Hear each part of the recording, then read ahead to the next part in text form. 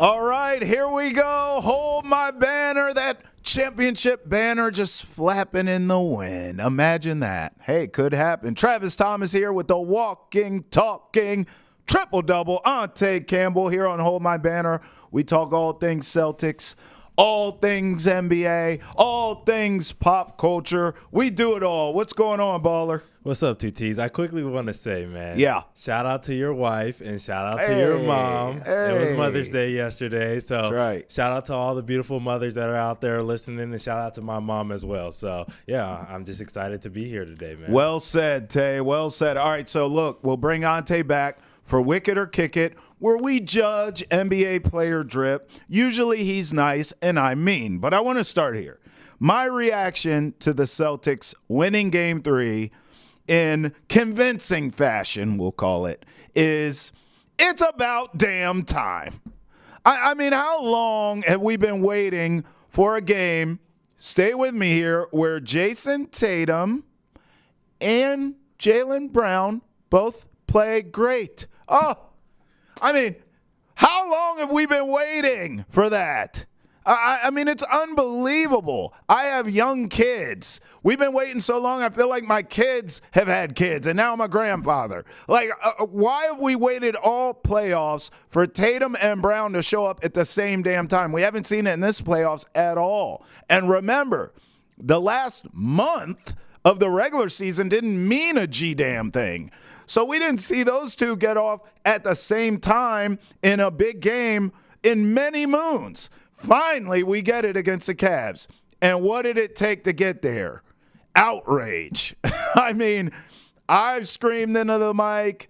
The rest of the media is screaming. Fans are going nuts after Game 2. What the hell is going on? Is Jason Tatum this? Is Jaylen Brown that? Blah, blah, blah. I mean, finally, they wake up. They hear it all. They come out. Those two combine for 61 points. You know what happens when Tatum and Brown ball out? The role players are able to just be, role players. And then you have an unstoppable Celtics team.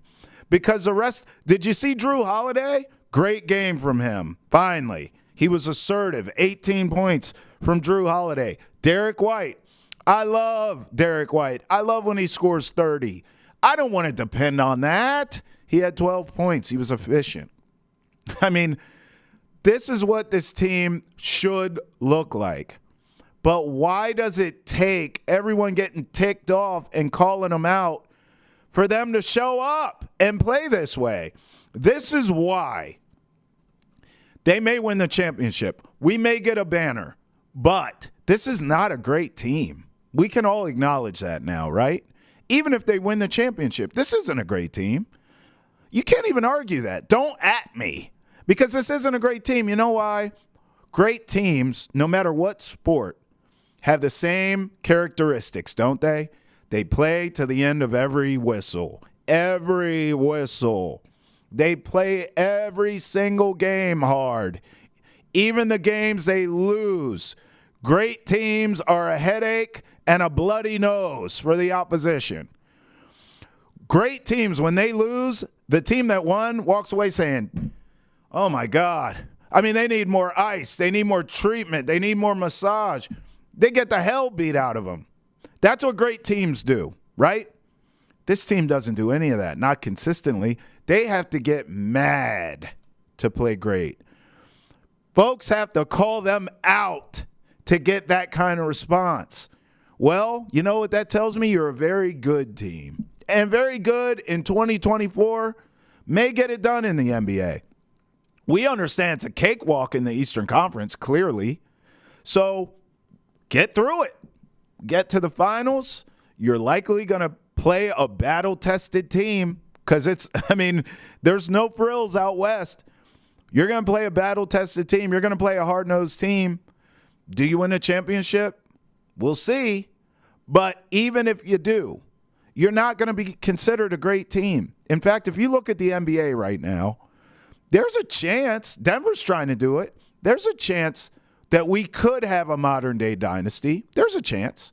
I mean, obviously, we saw the Warriors phase out. We know that's over, more than likely. We'll see in the offseason. But more than likely, the Warriors dynasty's over. So can the Nuggets go back-to-back? Well, then you have to have the conversations. It's a modern-day dynasty we're watching. Possibly. Can the Celtics get their first in this group? And then maybe you can have the conversations. I would argue it's not going to happen because of everything I just said. You have to have a thirst for greatness. A player I used to cover in football named Ray Lewis, maybe you heard of him, he used to say, I'm pissed off for greatness. And I was young at that time covering him in my career. I laughed at that. I said, that sounds corny. It's just Ray being Ray. It's another talking point. He just used to talk in sound bites. But here I am years later in my career, and I kind of get it. And he did play that way. Pissed off for greatness means you are going hard every single play, whistle to whistle. No nights off. How many times have we talked about this team? At home, playoff games, coming out flat, no energy. We'll just flip the switch whenever we want. What? That's not greatness. You have to want that. You have to have a thirst for that. This team doesn't have that. I'm not saying they can't win the title. I'm not saying they're not very good. What I am saying is this Celtics team is not great, and they're proving it. They're showing us because the characteristics of greatness, you can't argue it. Doesn't even matter what sport it is. All the great teams have the same thing. This team doesn't have it.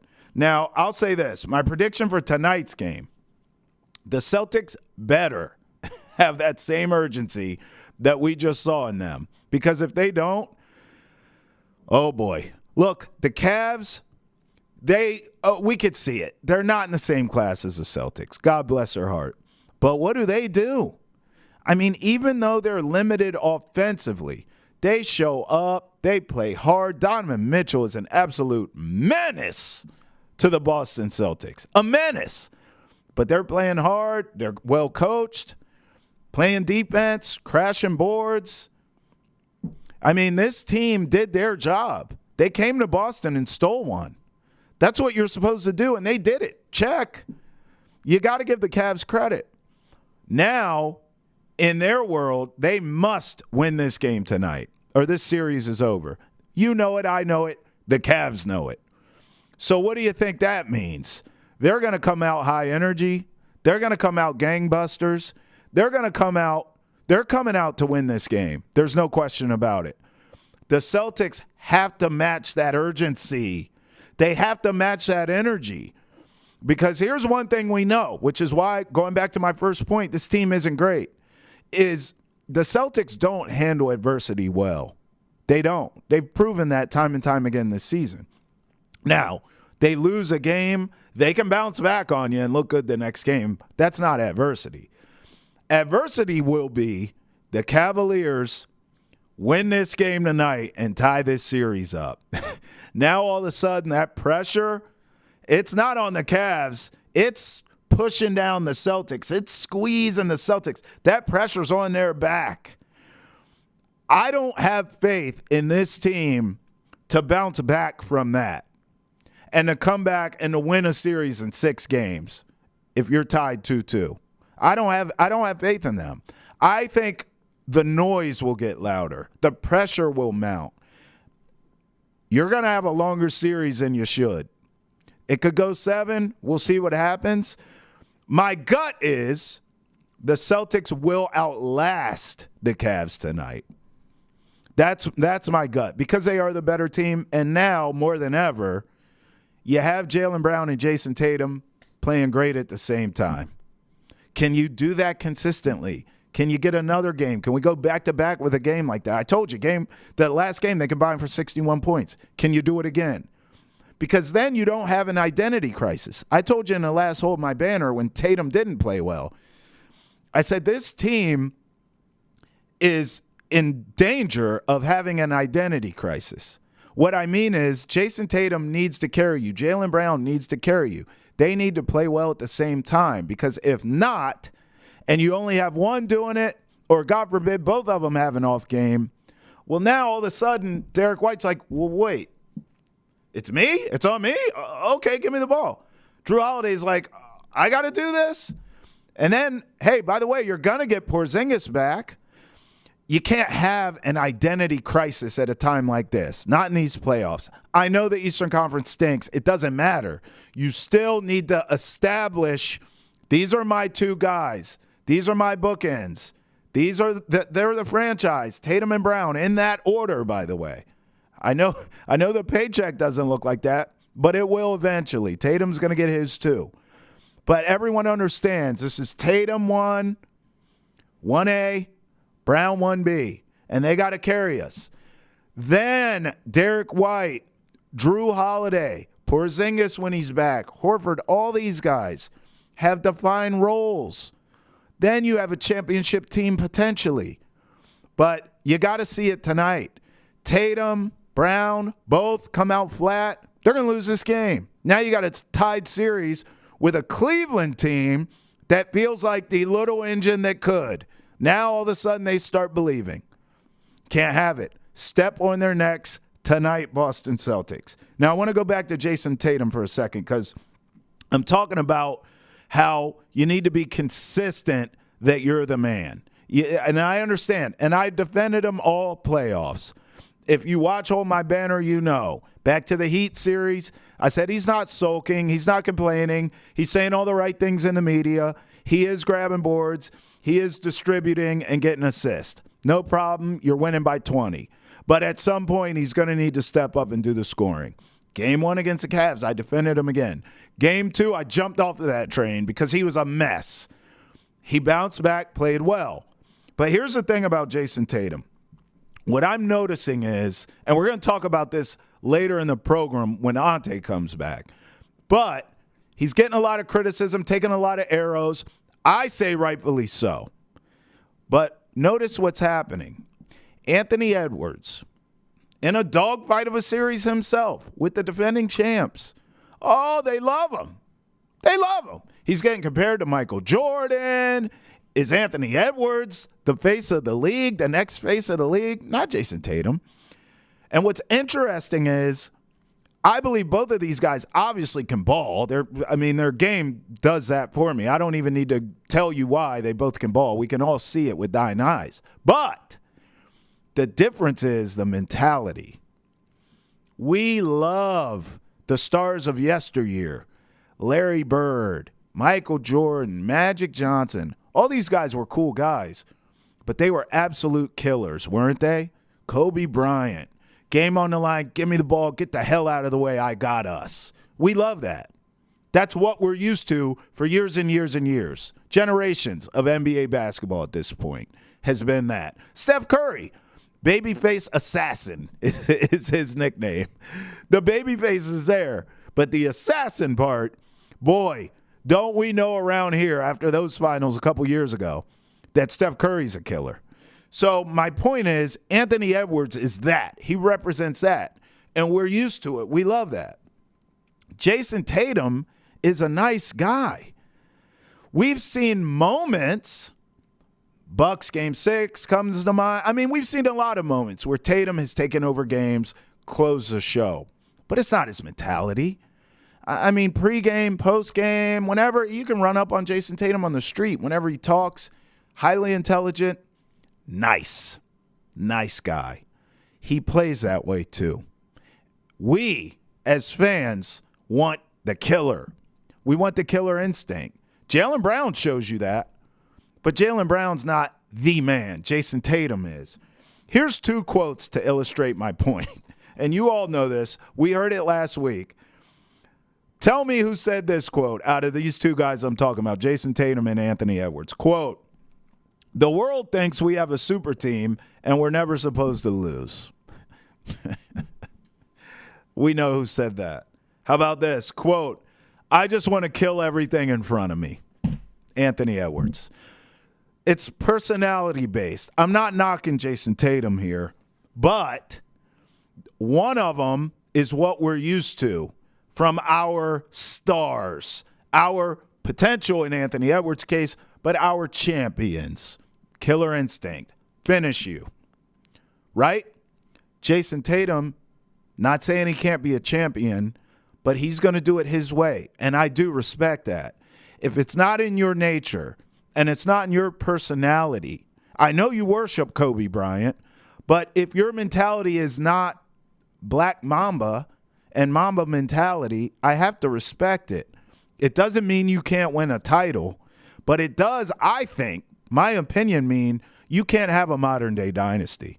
Because in order to do what the Warriors just did, you got to do what Steph did, which is take over games, be ticked off, throw your mouthpiece, get in guys' faces, demand that we're going to win this series, we're going to win this game over and over again, year in, year out. I just don't think that's Jason Tatum's makeup. Not to say he can't get a title, but my gut is we're going to look back on Jason Tatum's career years from now and say he only got 1 ring. He only got 2 rings.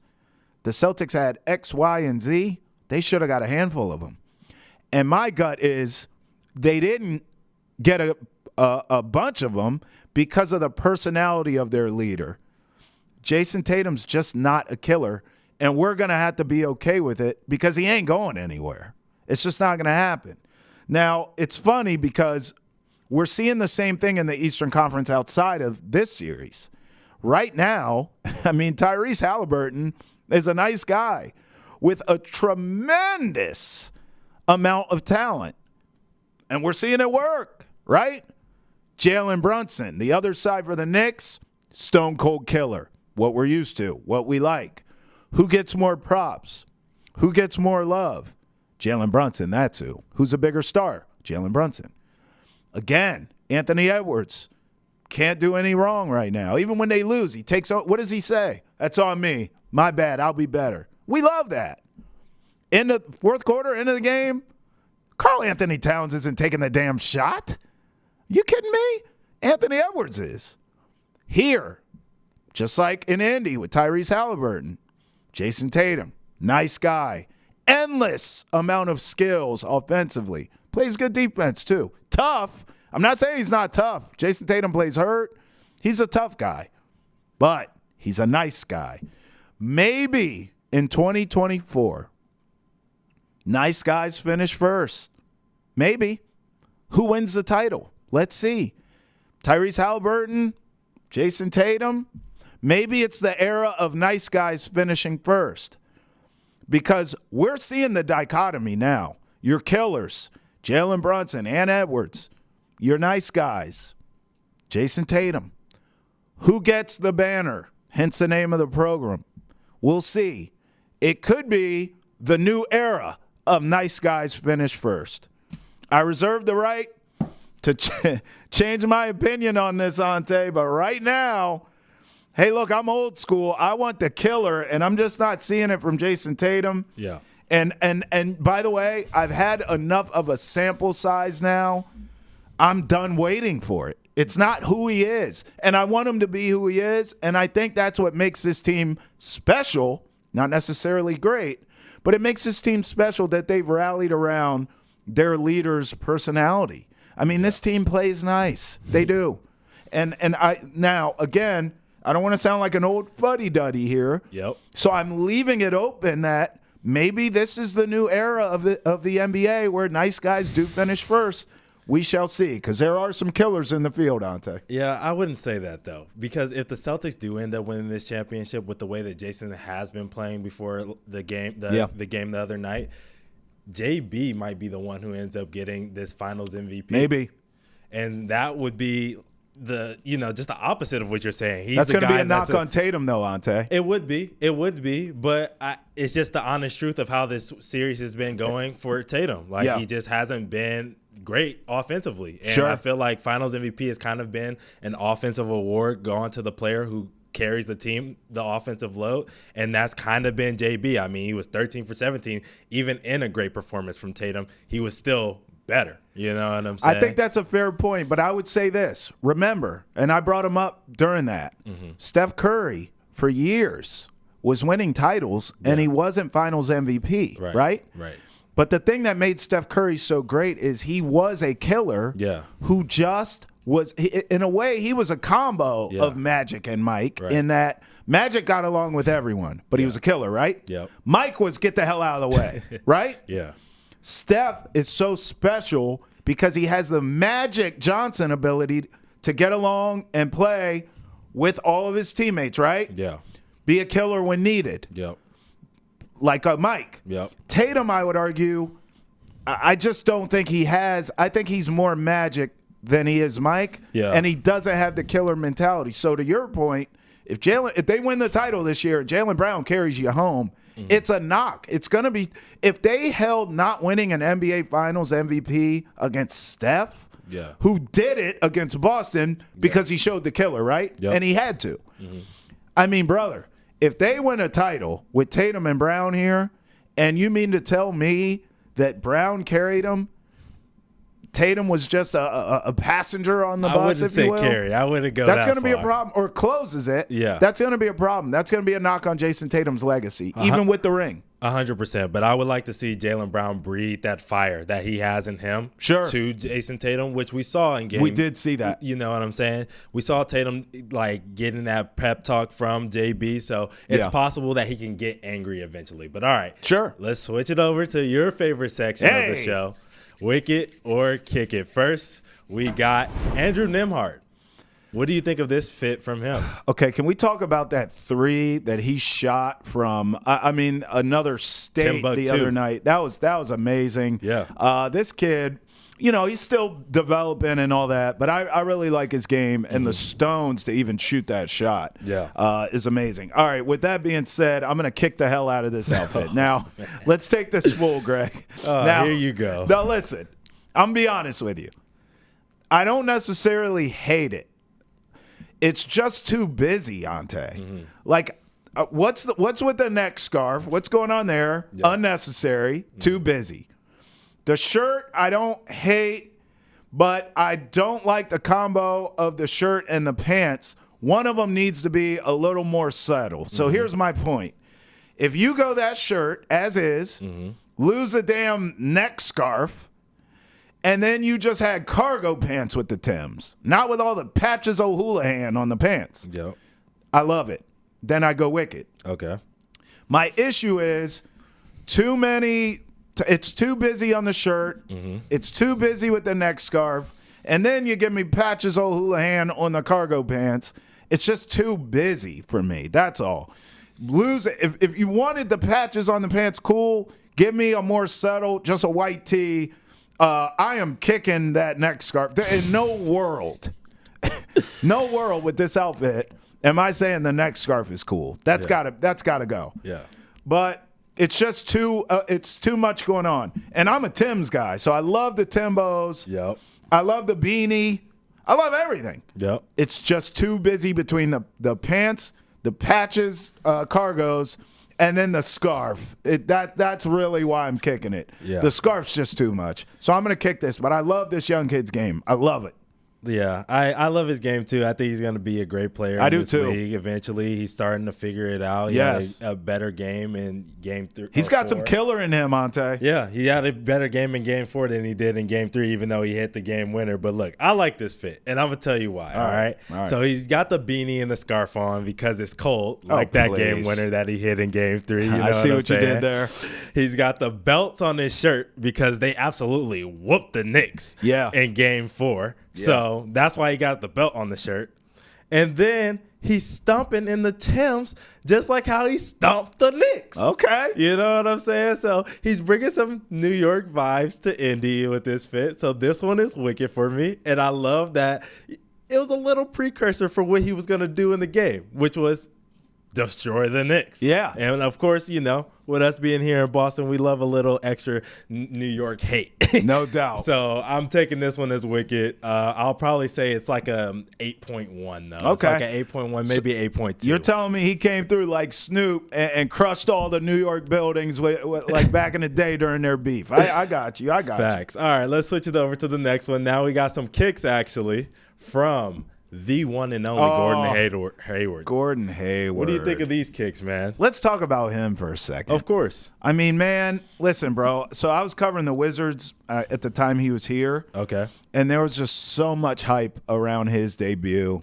Man. And it was, man, like, bro, I obviously everyone here felt away, obviously, and felt for him and felt for the organization when he got hurt. Mm-hmm. But here's how, like, impactful that injury was around the league. I was in a completely different city. Yeah. I can't even call the Wizards a rival because in order to be a rival, who's a rival to the you Wizards? got to matter, right? Right. But let's just say a team that doesn't like the Celtics, right? Yep. And when Hayward went down with that injury, bro, everyone was crushed there. I mean, we were all crushed for the Celtics and for him. Mm-hmm. So you know what? He's done a really good job since in his career, sort of still resurrecting it and coming off that injury and having a very good career. Mm-hmm. He's made a ton of money, Ante. But you know, I don't think he ever could live up to the potential that he had. And I thought he had greatness all over him. I thought it was going to work here in Boston. I feel like everyone did. Yeah, me too. So every time I even look at him or talk about him, I have to talk about the Boston aspect. Yep. As far as the kicks, I don't like the white and the blues, but I'd wear the black pair. So what are these? These are his shoes? Yeah, so this is the 5th edition of his shoe with Anta, Chinese company. Okay. So, yeah, that's what these are. I kind of like them. I think I'll probably wear them. Yeah, the colorways aren't my favorite, you know what I mean? But I kind of get the arcade vibe. I like that. But, you know, these Chinese companies are really making some really dope shoes. Like Li-Ning, they have the Way of Wade line. I really like those as well. Like, I've sat there on Anta and on Li-Ning's websites and, like, almost hit that purchase button a couple of times. So I would buy these. These give me Kobe vibes. Obviously, we know he had a close relationship with Kobe as well. So it's kind of, you know, I am a little tired of every single shoe trying to be a Kobe. You know what I mean? Facts. But I like these. So I might end up purchasing a pair. So have you hooped in these, though? Because here's my thing. You brought up the Kobe's, right? Yep. I loved, like, back when I played, when I still had ligaments in my knees, I loved hooping in the Kobe's. I used to hoop in the Kobe. I told you this. I used to hoop in the Kobe's. Yep. I liked hooping in the Kyrie's and the KD's as well. Those were, like, my basketball shoes. Yeah. I don't – what's it called? Anta, you said? Yeah, Anta. I don't know anything about them. Yeah. Have you hooped in a pair of Antas? Yeah, that's the question. I've hooped in a pair of Clays, which who was also with Anta. I like those ones. They were good. They held up good? Yeah, they held up good. All right. I think, honestly, a lot of these companies are holding up a lot better than Nike nowadays with basketball. Like, I think Nike basketball has kind of fell off with the durability of their shoes. Back in the day, you used to be able to wear them, and now I know a lot of people that burst through them in like 2 weeks. So what? Yeah, Nike is kind of falling off just a little bit. So I can't really rock with them durability wise, but I would definitely try out this pair from Gordon Hayward. So we'll see. I am shocked to hear that about Nike. Remember when Zion was at Duke and he busted those shoes? Were those Nikes? Yeah, those are Nikes, which is a bad look for them. Holy shnikes. All right, let's talk about one of your favorites, man. Who? Tyrese Halliburton. Yes, with his I love new him. fit Oh, hell from no. Game 4. What do you think of this? I love Tyrese Halliburton. What are you doing? Oh, man. Greg, take him full. This is ridiculous. What in the Kanye Lil Pump music video is this? What is this? I'm kicking the hell out of this. Bro, you are not that broad in your shoulders. Oh, you man. are skinny. You ain't no damn middle linebacker from the 90s. This is back. I'll tell you won't know nothing about this. Back in the 90s, middle linebackers would wear the super wide shoulder pads and they'd have a neck roll. Right? Then they have the eye black. And you knew you were in for a long day. Now that guy couldn't run worth a damn, but if he caught you, he was gonna knock your block off. I guess Tyrese Halliburton decided, I'm gonna wear a block. and look like a 90s linebacker because this is ridiculous. Your shoulders are not that broad. And what is going on with the sleeves? What in the inflation? Like, what is going on here? This is an overinflated Letterman's jacket. He looked like he went to the gas station and went up to the air pump. And instead of pumping the air in his tires, he put it in his sleeves. Oh, my God. And it went... Yep, sleeves are ready. That's plenty of PSI. Look at the pants, same thing. Like, what's going on? Is this a Missy Elliott video? I can't stand the rain against my window. I mean, this is ridiculous, man. Tyrese, man, I love you, dog. All I do is take up for you. I called your team Fugazi, but I believe in you. And then you come out with this? I mean, what the hell is this? Take it full again, Greg. It looked like he about to float away. Oh, my God. Go ahead. I'm kicking this for the record, clearly, in case anyone was confused. I am kicking this. Yeah, I agree. The sleeves look like floaties. They almost look like he's wearing silk bonnets on his arm. You know what I mean? It's like he woke up and he took it off his head. So he put it on his sleeves. And he put it on his sleeves instead. You know what I'm saying? But it also just reminds me of like when you're a kid and you go on like a excursion with your uncle, like he takes you out to watch a movie or something like that, and you get cold and he's like, "Boy, wear my jacket here." That's you swimming in it. Right. That's what this looks like, man. So I'm gonna go kick it as well. Hold up. Greg, can you go to the shoes? Tay. Yeah. Why are you wearing this outfit with some with some church Sundays on? Like, what are you doing, bro? You ain't no pastor. Why are you wearing the Easter Sunday shoes? I was going to give them a little respect on the shoes because I like them by themselves. Right. Not with this fit. But not with the fit. But by themselves, I love these shoes. I kind of need to get a pair myself. But, yeah, this is awful. Bro, if he slipped and fell, it would be the noisiest damn fall of all time. It really truly It'd be would. like, did someone drop some trash bags back there? What's all that racket? It really, truly would. All right, let's stop talking about him and his awful fits. Let's now talk about Luka and Tatum. Oh. Have you been noticing that like people are talking so terribly about Jason Tatum with his terrible performances in the playoffs? Yeah, inconsistent. But Luka, like, I'm going to bring up this graphic. Look at these stats, Trav. Oh, my God. This is how he's been this playoffs. 41% from the field, 26 from three. The Mavs are also still winning. They're 6-3 in the playoffs so far. Yeah. Why is Luka getting so much love? Well, I won't say love. Some people are hating, but the hate isn't as loud as the love. Yes. But then Tatum, on the other hand, is getting disrespected by his fan base. Okay, well, look, I respect the numbers you put up, but let's not be prisoners of the moment when it comes to the Mavericks. Yeah. In the first round series against the Clippers, Luka carried them. Mm-hmm. Now I think he's banged up. Yep. He's still in there. He's playing.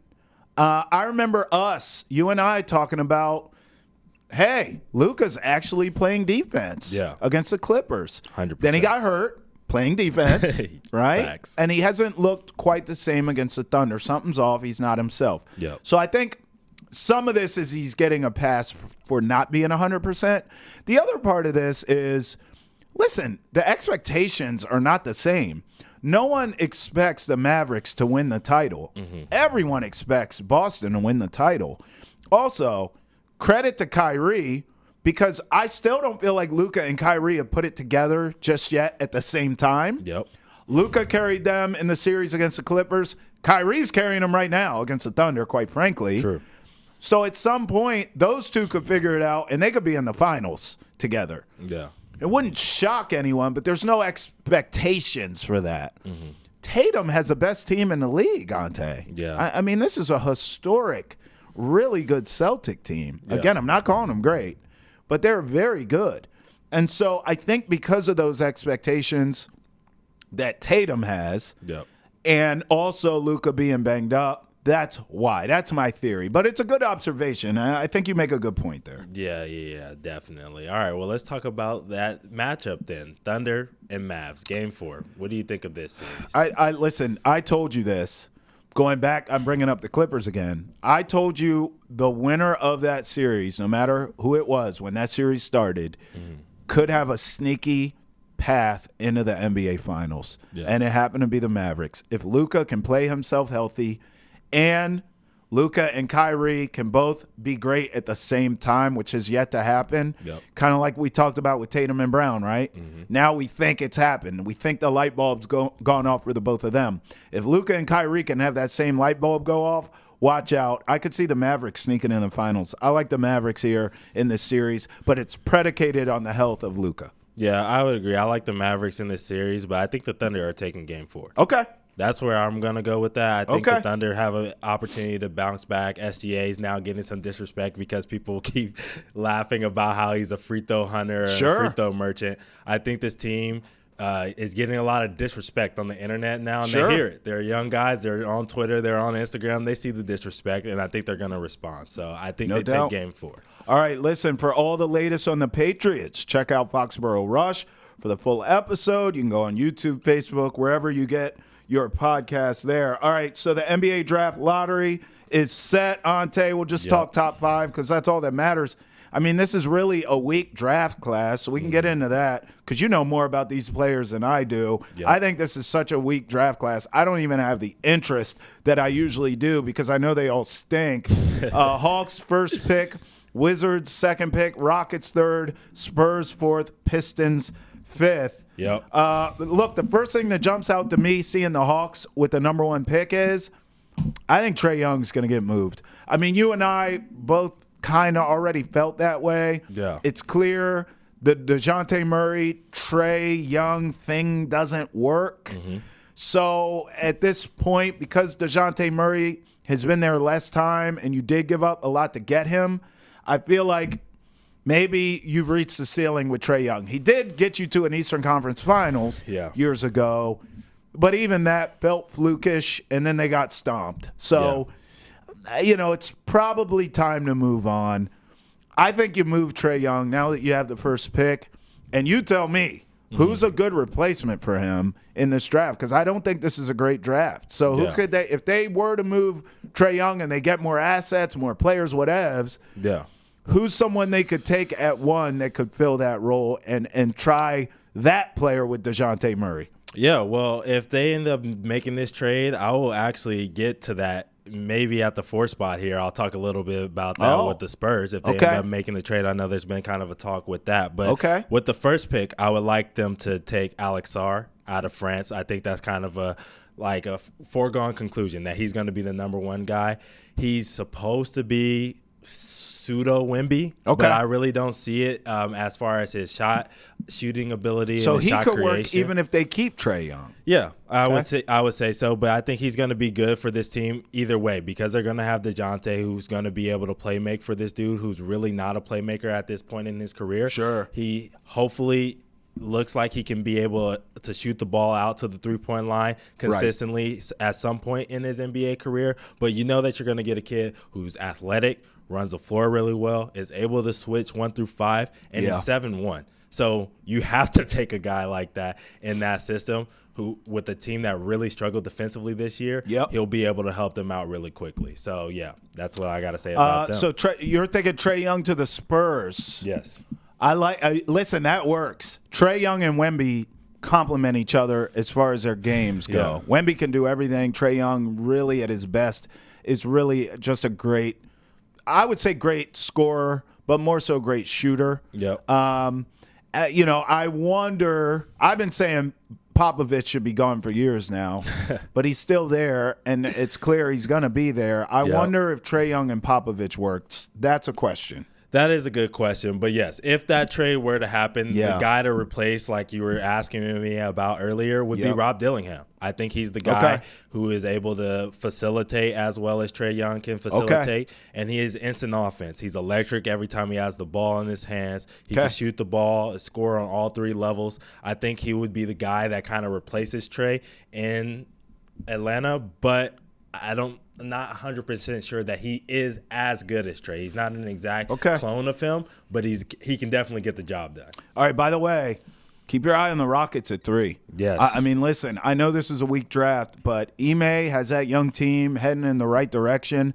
I would love to see them get someone that can get right in the rotation and help out, not take a project. Get someone that can help you now, because Ime has that team going in the right way. All right, how about this? WNBA is getting an expansion team in Toronto. Yeah. That's huge. Look, the WNBA has it going on right now, Ante. I think it is awesome. If you look around right now, the game is growing. The league is growing in popularity and ratings. These players are starting to get chartered flights, long overdue. Yep. We know eventually, sooner rather than later, the money's going to start to catch up and these salaries are going to go up.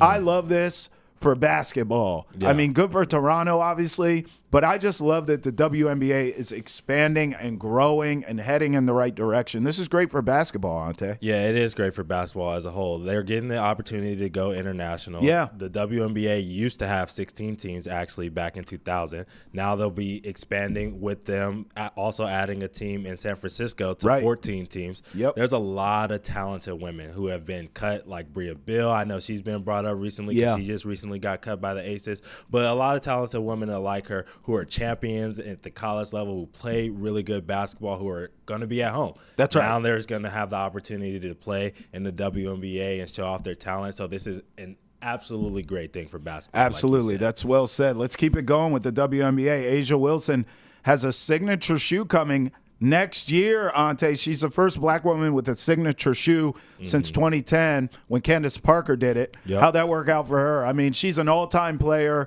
And then, now she's an ambassador for basketball and also, oh, by the way, running Adidas. So, look, if Asia Wilson can do all that, I mean, she has the game. Can she become an all-time great and then post-playing career have the same impact that Candace Parker's had? I think it's great for her as well. Yeah, I would agree. Asia has an opportunity to do something really special here. I hope Nike does right by her and gives her a shoe that fits her personality. She's bold. She's great. She's amazing. She's talented, electric every time she has the basketball in her hand. I hope Nike obviously gives her an opportunity to show that personality in her shoe as well. Hey, I'm going to do my part. I'm going to get my daughter a pair as long as they're not priced too damn high. I'm balling on a budget, Ante. Yes, sir. WNBA starts tomorrow. Fever, Caitlin Clark. Guess who they're playing? Connecticut Sun. Hoyo! I'm fired up for it. I want to see how they defend her. She had 12 points in the Fever's home debut during the preseason. Yep. So I feel like she's still trying to get in the groove here. But I'm more interested. Obviously, everyone wants to see her, but I want to see how the Sun defend her.